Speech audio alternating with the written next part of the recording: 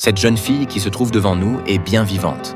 Pourtant, son père lui a organisé des funérailles. Tout cela parce qu'il l'a découverte dans la maison du voisin, un ancien détenu, et qu'il refuse catégoriquement que sa fille ait le moindre contact avec cet homme.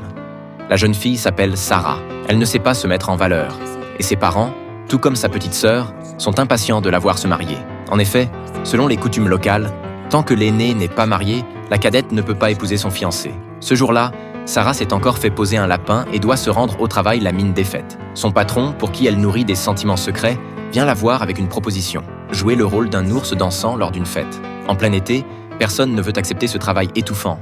Mais le patron sait que Sarah acceptera sans hésiter. Il connaît parfaitement cette pauvre fille naïve qui lui écrit en secret des lettres d'amour anonymes. Mais Sarah ignore que tous ses efforts sont devenus un simple divertissement pour son patron. Cette histoire fait le tour de l'entreprise et devient la risée de tous. Ses collègues se moquent de ses rêves impossibles. Et même ses lettres d'amour à son supérieur sont connues de tous. Le cœur brisé, Sarah ne peut que fuir précipitamment.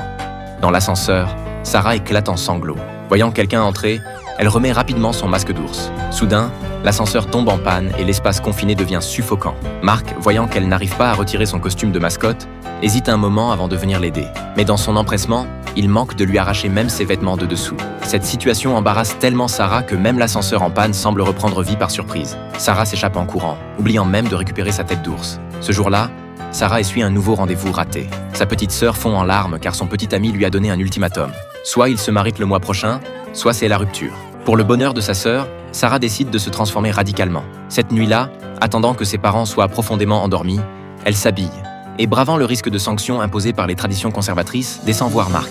Elle commence par s'excuser pour cette visite nocturne, puis, embarrassée, hésite longuement avant de demander si sa petite amie pourrait l'aider à changer complètement d'apparence. Sarah ne rentre pas de la nuit. Son père n'arrive pas à croire que sa fille puisse se trouver chez ce voyou et se rend donc chez Marc. À sa grande stupeur, il y découvre effectivement Sarah. Sans un mot, il gifle sa fille.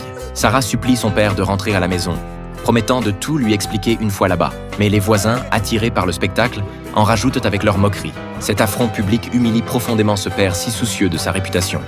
Sans égard pour la détresse de Sarah, il appelle sa femme et lui demande de faire venir le prêtre pour les derniers rites. Quand Sarah demande pour qui sont ces rites, il répond « Pour ta fille Sarah qui ne trouvera jamais de mari ». Elle porte la main à sa bouche, incrédule.